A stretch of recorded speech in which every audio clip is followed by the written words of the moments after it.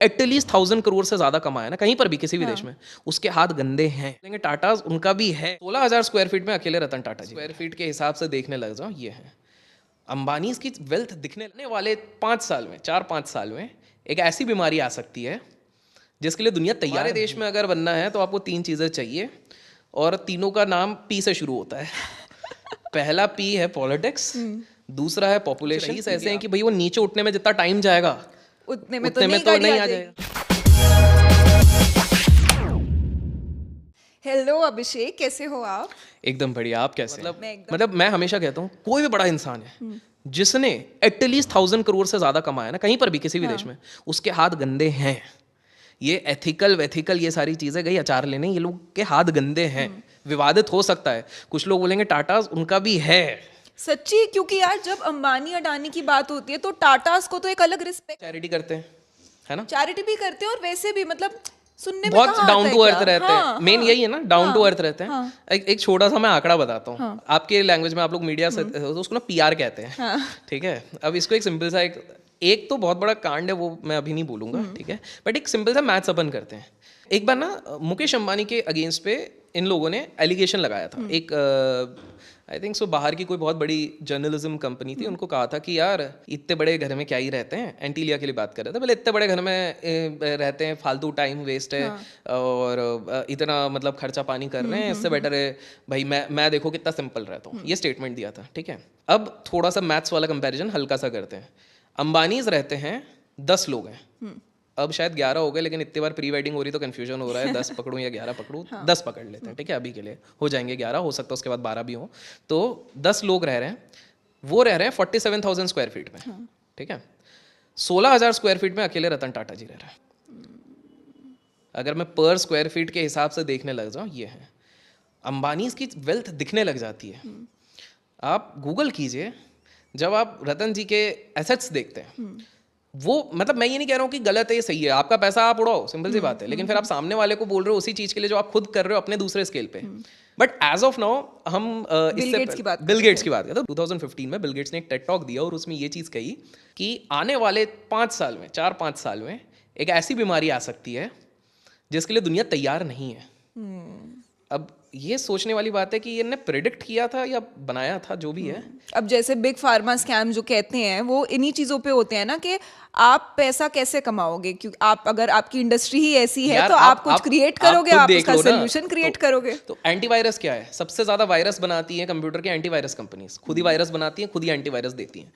Bill Gate. और सबसे interesting चीज़ है 2020 में 2020 में सबसे ज़्यादा वोकल होकर अगर कोई बोल रहा था कि अभी तो खैर बहुत चल रहा है कोविशील्ड और इसका बहुत विवाद, हाँ, इनका विवादित चल रहा है, लेकिन 2020 में सबसे ज़्यादा जो बोल रहे थे कि कहीं पर भी जाना है तो उसके लिए इंजेक्शन मैंडेटरी करो, ये होते बिल गेट्स। पता है क्यों? क्योंकि जो सबसे टॉप 3 डिस्ट्रीब्यूटर वैक्सीन्स के वर्ल्ड वाइड के उस टाइम पे थे, उस पर सबसे बड़ा स्टेक उन्हीं का है। Oh my goodness। तो अब आप समझोगे कि पैसा माइक्रोसॉफ्ट से सिर्फ नहीं आ रहा है, माइक्रोसॉफ्ट तो एक अंश है, पैसा तो बहुत जगह से आ रहा है। वो तो फ्रंट है। अगर आप कैलकुलेट करोगे तो करीब करीब अगर वो फुल्ली एक्सप्लॉइट करते तो वो $40 बिलियन 8 महीने में केवल फार्मा इन्वेस्टमेंट से कमा लेते as compare to this thing. तो हम लोगों को ना ये सारी चीज़ें पीआर पे दिखाई जा रही हैं कि कितने बड़े फिलैंथ्रोपिस्ट हैं, कितने, और ये पीआर के लिए करना पड़ेगा। ये मेन चीज़ क्या हो गई थी, जब इनका केस 1999 में चल रहा था तो इन्होंने 18 महीने के अंदर करीब करीब $1.2 बिलियन खर्च कर दिए थे केवल मीडिया और पीआर वालों को देने के लिए। रीज़न है इतना नेगेटिव बना दिया गया था, और तभी उन्होंने बोला अब मैं अपना गेट्स फाउंडेशन चालू करता हूँ। सो मेलिंडा गेट्स फाउंडेशन चालू किया गया, और ये फाउंडेशंस का भी बड़ा लोचा है। बड़े लोग फाउंडेशन भी क्यों बनाते हैं, हमारे देश में भी चैरिटी क्यों बनाते हैं? अभी चैरिटी आपने बना ली, पहला चीज़ तो टैक्स बेनिफिट है, वो तो नॉर्मल है, ब्लैक को वाइट करेंगे, वो दूसरा चीज़ है। अब तीसरा चीज़ है, मान लीजिए आपने फाउंडेशन बनाया and you have a lot of family members, आप उस फाउंडेशन के टॉप पोजीशंस पे या मीडियम पोजीशंस पे अपने फैमिली मेंबर्स को लगाओगे। अब वही पैसा, लेट्स टेक एन एग्जांपल, आपके और आपके दोस्तों का मान लो 50,000 करोड़ आ रहा है, वही 50,000 करोड़ में से 200 करोड़ तेरी सैलरी, 300 करोड़ तेरी सैलरी, 400 करोड़ तेरी सैलरी, आपस में ही हो आपस में, और थोड़ा बहुत स्टैक में दिख रहा है। तो बहुत मतलब दुनिया जैसी दिख रही है ना, वैसी है नहीं। तो बिल गेट्स तो दिखाई जा रही है, वो है एब्सोल्युटली। यार आप जितने भी बिलियनर्स देख लो, सबने हाथ गंदे किए हुए हैं। इवन आपने अंबानी के साथ किनका मेंशन किया था अपना? अडानी।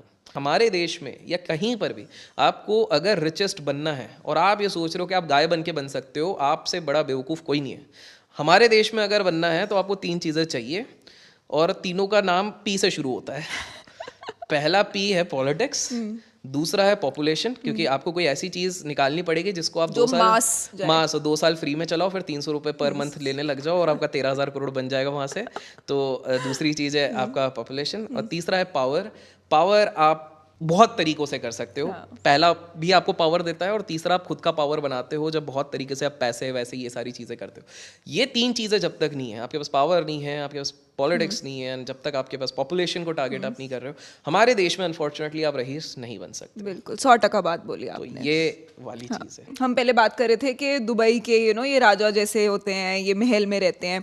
तो अभी ना अवध ओझा की एक रील वायरल हुई थी जिसमें वो बोल रहे थे कि अंबानी देश के राजा हैं। ठीक है, बेसिकली वो उनकी 1 मिनट की वो रील थी, बट उसका क्रक्स यही था कि अंबानी जो है वो देश के राजा है। ओके, आप अग्री करते हो इस बात को या नहीं? मैं इसका डायरेक्ट आंसर नहीं दूंगा, ये ऑडियंस गेस कर लेगी। पहले पावर देखते हैं कितना पावर है। मैं ऑलरेडी अपन काफी डिस्कस कर चुके हैं कितना पावरफुल है, लेकिन एक और पावर किसको कहते हैं, असली पावर किसको कहते हैं, जिससे सब वंचित हैं। एक व्यक्ति है हमारे देश में, ठीक है, वो एक दिन अचानक से चिल मारने के लिए, कोई बहुत सारी गाड़ियां उनके पास, तो वो बोलते हैं यार आज गाड़ी अपन चलाएंगे। गार्ड पीछे 4 और गाड़ियां लेके चलते हुआ था, लगे आगे 4 पीछे 4, वो अपनी बेंज लेके निकलते हैं। वापस आते आते फिर उसके बाद पता नहीं कहीं पे वो स्ट्रोल पे निकल जाते हैं, चलने के लिए निकल जाते हैं, और उतने में कहीं चाबी खो जाती है।